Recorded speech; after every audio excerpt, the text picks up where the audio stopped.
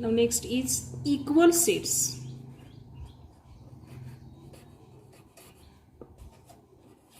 Equal sets.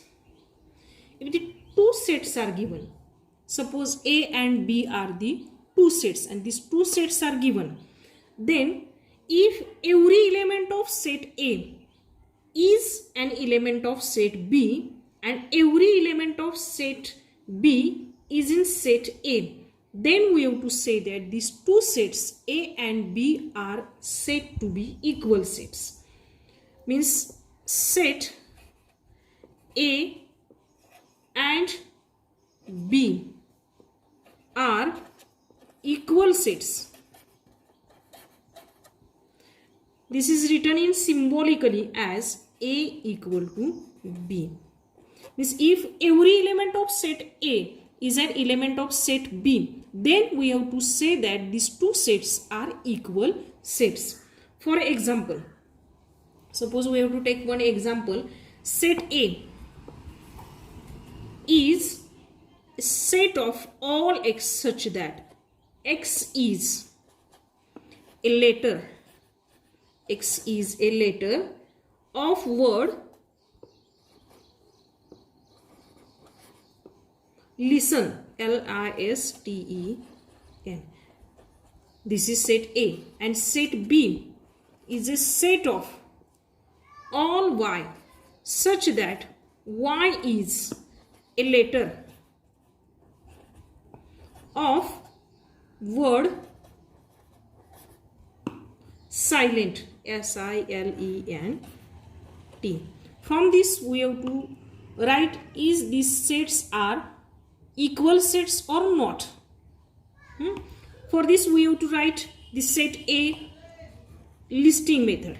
A is equal to set A is set of all x such that x is a letter of word listen. Means we have to write this in listing method as L-I-S-T-E-N.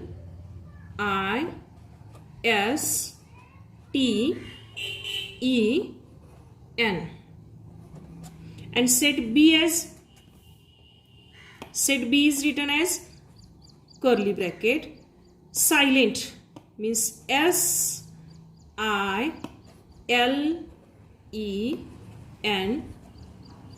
Here every element of A is an element of B.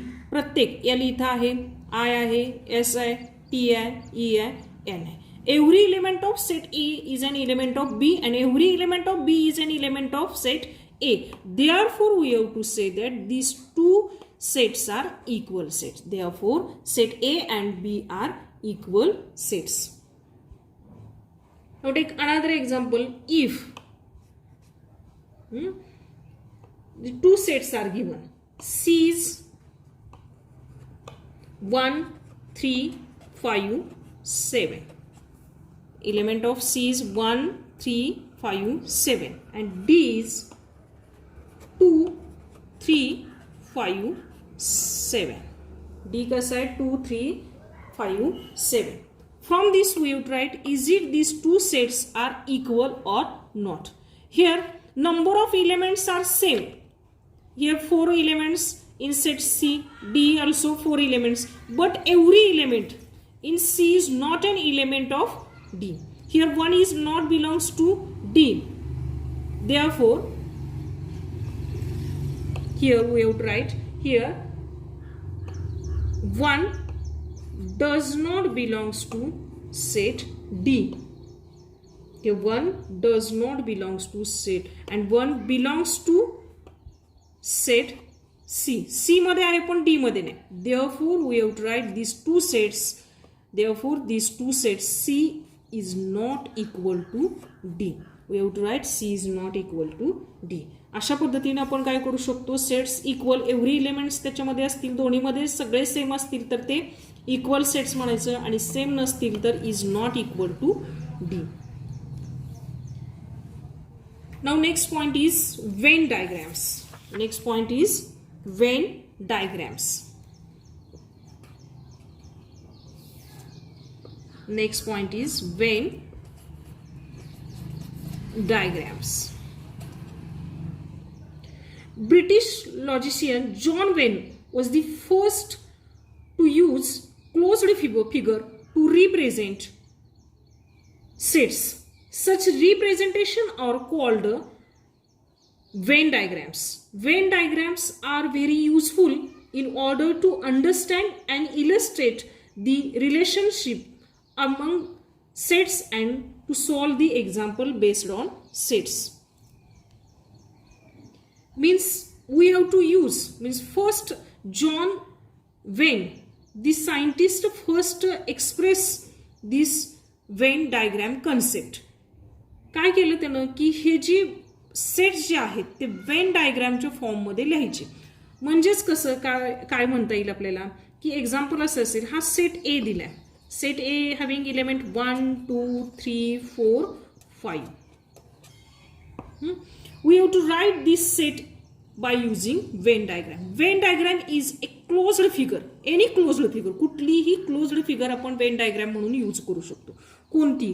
Suppose here this is one closed figure. This is set A.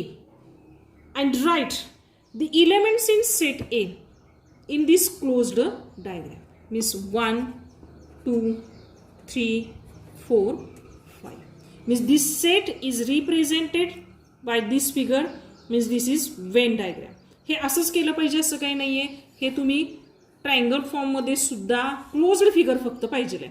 याच्यामध्ये set ए 1 2 3 4 5 अशा पद्धतीनं सुद्धा आपण काय करू शकतो, ही Venn diagram दाखवू शकतो. म्हणजे कुठल्याही मेथडनी आपण काय करू शकतो, क्लोज्ड फिगर पाहिजे. ती फिगर मात्र कशी पाहिजे, क्लोज्ड फिगर पाहिजे. आणि क्लोज्ड फिगरच्या फॉर्म मध्ये आपण काय करू शकतो, हे जे सेट आहेत ते सेट आपण लिहू शकतो. सपोज असे एक्झाम्पल असेल, B is a set of all X such that X हा कसा आहे, X is less than equal to -10, greater than equal to -10 and less than equal to 0 is an integer. पहिल्यांदा हा दिलेला सेट लिस्टिंग मेथडनी लिहायचा. बीज तो कसा आहे, -10 किंवा -10 एवढा किंवा त्याच्यापेक्षा मोठा आणि 0 किंवा 0 पेक्षा लहान असे नंबर्स कोणते कोणते ते बघा. -10 -9 -8 -7 -6 -5 -4 -3 -2 -1 अँड 0. हा काय आहे, लिस्टिंग मेथडने आपण लिहिला. आणि हा आपल्याला काय करायचा आहे की तो वेन डायग्राम मध्ये दाखवायचा आहे. तर वेन डायग्राम मध्ये म्हणजे तुम्ही काही काढू शकता, रेक्टँगल काढू शकता, सर्कल, क्वाड्रिलेटरल काढू शकता, कसल्याही पद्धतीचं आपण काय करू शकतो. इथं quadrilateral figure, circle, triangle, closed figure आपण काढू शकतो. म्हणजे हा वेन डायग्रामने आपण कशा पद्धतीने दाखवता येईल बघा. हा सेट काय म्हटलं आपण, सेट बी. सेट बी मधले इलेमेंट मी दाखवले. वेन डायग्रामनं आपल्याला इथे इलेमेंट्स दाखवायचे आहेत. कोणते कोणते इलेमेंट आहेत बघा. -10 -9 -8 -7 -6 -5 -4 -3 कुठंही लिहू शकता. -2 -1 अँड 0. म्हणजे अशा पद्धतीने आपण काय करू शकतो, हे वेन डायग्रामच्या फॉर्ममध्ये आपण हे सेट्स लिहू शकतो. म्हणजे ह्याला काय म्हणायचं, वेन डायग्राम. क्लोज्ड फिगरमध्ये ते काय लिहायचे, इलेमेंट लिहायचे. म्हणजे वेन डायग्रामनं आपण ते काय केले, डिनोट केले. Now next point is subset. Next point is subset. बघा इथे एक फिगर काढते मी. ए मध्ये इलेमेंट आहेत काही आणि काही बी मध्ये इलेमेंट आहेत. बघा ए सेट आहे आणि हा सेट बी आहे. बी मध्ये काय आहेत, 8 2 4 6 आणि ए मध्ये कोणते इलेमेंट्स आहेत बघा. ए इथं बाहेर येतं 1 3 5 अँड 7. इथं आपल्याला ही फिगर दिसते. सेट ए मधले इलेमेंट कोणते आहेत बघा बरं. सेट ए मध्ये इलेमेंट हे सगळे येणार. बी मध्ये असलेले पण सेट ए मध्ये येणार. ए मध्ये इलेमेंट कोणते येणार मग, 1 हा 2 3 4 5 6 7 आणि 8 हे ए मधले इलेमेंट आहेत. आणि बी मध्ये इलेमेंट कोणते आहेत? इथं फिगरमध्ये दिसते फक्त बी मध्ये असणारे, बी सेटमध्ये असणारे इलेमेंट 2, 4, 6 आणि 8. बी मध्ये इलेमेंट कोणते आहेत? 2, 4, 6 आणि 8. म्हणजे इथं काय आहे बघा बरं, if A and B are two given sets and every element of set B is an element of set A. बीतला प्रत्येक इलेमेंट हा एतला इलेमेंट आहे. Then and then only we have to say that this set B is subset of set A. इथं काय म्हणू शकतो? B is subset of set A. Set B is subset of set A. हे कसं कधी म्हणायचं? बीतले सगळे इलेमेंट कुठं असले पाहिजे? ए. म्हणजे ए मोठा असला पाहिजे. बीतले सगळे इलेमेंट ए मध्ये असतील तर आपण काय म्हणू शकतो? Set B is subset of set A. हे सिम्बॉलिकली कसं लिहायचं? बी सबसेट ए. सिम्बॉलिकली कसं लिहिलं? बी इज सबसेट ऑफ ए. म्हणजे अशा पद्धतीने आपल्याला बीतले सगळे इलेमेंट ए मध्ये असतील तर आपण काय म्हणणार? बी इज सबसेट ऑफ ए असं आपण डिनोट करू शकतो. फॉर एक्झाम्पल असं असेल एन. एन काय असतो? Set. Set of natural number. आणि I set of integer. Set of integer. इथं कोण कोणाचं सबसेट आहे हे कसं काढणार? एन म्हणजे नॅचरल नंबर्स कसे स्टार्ट होतात? Natural number start 1, 2, 3, 4, 5, 6, 7, 8, 9 and integers म्हणजे पॉझिटिव्ह निगेटिव्ह सगळे नंबर्स. म्हणजे इथे एन 1, 2, 3, 4, 5, 6 हे सगळे इंटिजर पण आहेत. म्हणजेच इथं आपण काय लिहू शकतो? Here N is subset of I. हे आपण सिम्बॉलिकली अशा पद्धतीने लिहू शकतो. एन मधले सगळे इलेमेंट आय मध्ये आहेत म्हणजे N is subset of I. आता आपल्याला इथं बघता येईल की प्रॉपर्टीज काय आहेत? Every set is a subset of itself. A मधली इलेमेंट घेतले, हा ए मधले इलेमेंट हे ए मध्ये पण आहेत म्हणजेच every set A is subset of A. Every set is subset of A. Then empty set. बघा हा एक एम्प्टी सेट घेतला बी आणि ए हा घेतला काहीतरी 2, 3. empty set is subset of every set means empty set is subset of A.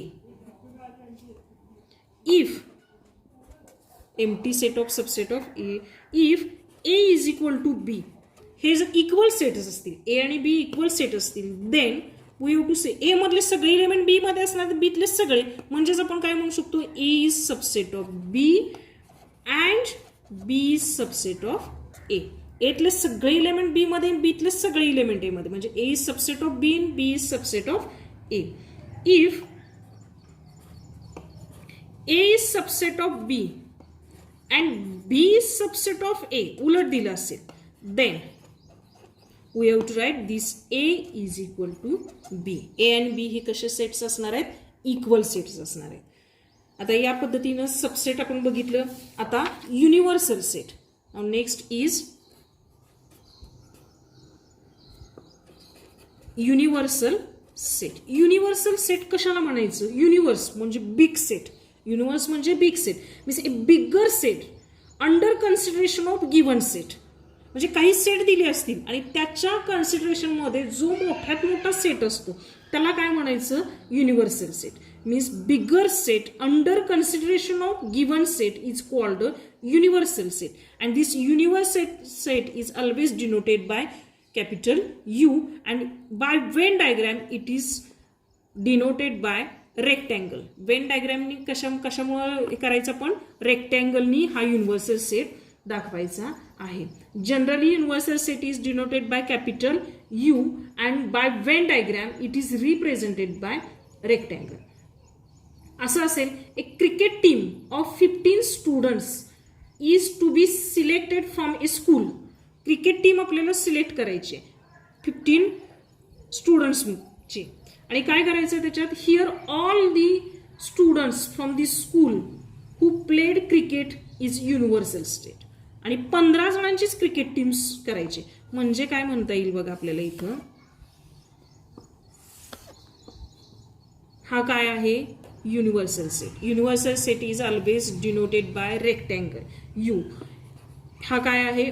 All students in school who play cricket. And here one another set. Team of, त्यातले काय आहेत?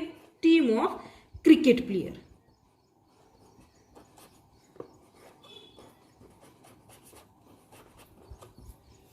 बघा, स्कूल मधले सगळे विद्यार्थी म्हणजे काय? Universal set. आणि त्यामधली टीम, त्यातल्या विद्यार्थ्यांची टीम करायची.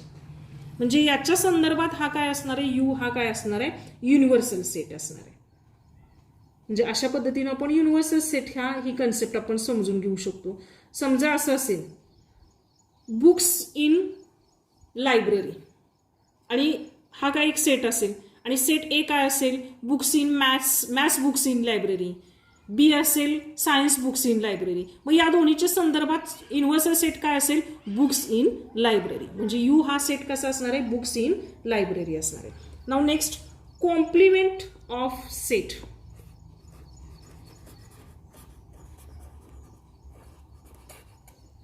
Complement of A set. Complement कशाला म्हणायचं? Suppose U is universal set. U हा काय आहे? Universal set. And if B is subset of U, बीतले सगळे इलेमेंट यू मध्ये असणार आहेत. Then the set of all elements in U which are not in B. बघा, जे असं सेट की जे यू मध्ये आहेत पण बी मध्ये नाहीत, त्याला काय म्हणायचं? Complement of set B. And it is denoted by B dash or B complement. B dash or B complement. बघा, बीतले सगळे इलेमेंट यू मध्ये आहेत, पण बी मध्ये नसणारे पण यू मध्ये असणारा जो काही सेट असेल त्याला काय म्हणायचं? कॉम्प्लिमेंट ऑफ बी. आता एक्झाम्पल म्हणजे हेच आपला डेफिनेशन आपल्याला कशी लिहिता येईल? आपल्याला बी dash is a set of all x such that x belongs to u. Universal set आहे तो. x belongs to u and x does not belongs to b. आणि ते b मध्ये नसणार आहे. असे जे असेल त्याला काय म्हणायचं? आपल्याला काय म्हणणार आपण त्याला? तो कॉम्प्लिमेंट असं म्हणता येईल. आणखीन एक एक्झाम्पल बघूया. सपोज u हा युनिव्हर्सल सेट दिलाय. 1 2 3 4 5 6 7 8 9 10 हा युनिव्हर्सल सेट आहे. ए इज सेट दिलाय. ए is a set 2 4 6 8 10. And from this we have to find the complement of A. Complement set. Complement set म्हणजे काय? ए मध्ये नसणारे पण यू मध्ये असणारे सगळे सेट. मग कोणते कोणते असतील? ए मध्ये नाही आहेत पण यू मध्ये आहेत. 1 3 5 7 and 9. This is A dash. आणि हेच आपल्याला वेन डायग्रामच्या सहाय्यानं कशा पद्धतीने लिहिता येईल? बघा, युनिव्हर्सल सेट हा यू रेक्टँगलने आपण डिनोट करणार. हा यू आणि त्याच्यामध्ये काय असणार आहे? ए. आणि हा ए सेट आहे.